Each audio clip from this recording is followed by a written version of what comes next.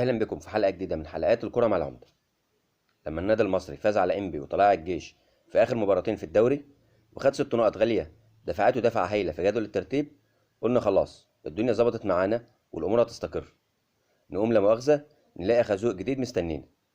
مستر كامل ابو علي اللي النادي المصري وجماهيره العظيمه بانوا عليه احلامهم وطموحاتهم في المرحله اللي جايه، عايز يقدم استقالته من رئاسه النادي او قدمها بالفعل. انا بصراحه ما عنديش معلومه مؤكده، لكن الاكيد انه معاه حق.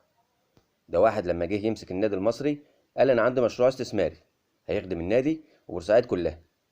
كلنا فرحنا واتعملت اجتماعات ولقاءات كلها كانت بتأكد ان المشروع حلو وجميل وهيتعمل مكان الاستاد القديم.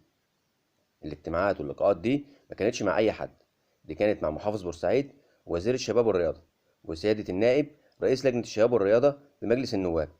يعني الناس كلها تقيلة واصحاب قرار. يعني الناس دي لو كانت شايفة ان المشروع ده لا يستحق التنفيذ او تنفيذه صعب او تكلفته المالية عالية جدا ومن الصعب توفيرها، كان المفروض يقول الكلام ده من الاول للراجل اللي جايب المشروع، مش البلد كلها تبقى قاعدة منتظرة تنفيذ المشروع وفي الاخر نلاقي مفيش حاجة. طب دلوقتي احنا كجمهور نعمل ايه؟ نخاطب مين؟ المحافظ ولا الوزير ولا سيادة النائب اللي كل الناس كانت عمالة تشكر فيه ليل ونهار مش عارف على ايه؟ ما هو المشروع ما اتعملش. امال سيل الشكر والتقدير ده كان على اساس ايه يا جماعه؟ ما ينفعش نشكر حد على حاجه اللي لما نشوفها قدام عينينا، مش تطبيل على الفاضيه والمليانه وخلاص.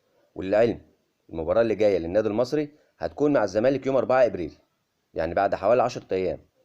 يا ريت بقى الساده المسؤولين اللي تسببوا لنا في الازمه دي يشوفوا حل سريع، لان ازمه مستر كامل اكيد هتاثر بالسلب على الفريق. صحيح فريق النادي المصري مش اكل وشرب عشان نزعل عليه، لكنه بالنسبه لنا طوق النجاه اللي بينقذنا من ضغوط الحياه. كل سنه وحضراتكم بخير بمناسبه شهر رمضان المبارك، والى اللقاء في حلقه جديده من حلقات الكره مع العمده. ما تنسوش تعملوا لايك للفيديو واشتراك في القناه. دمتم في رعايه الله.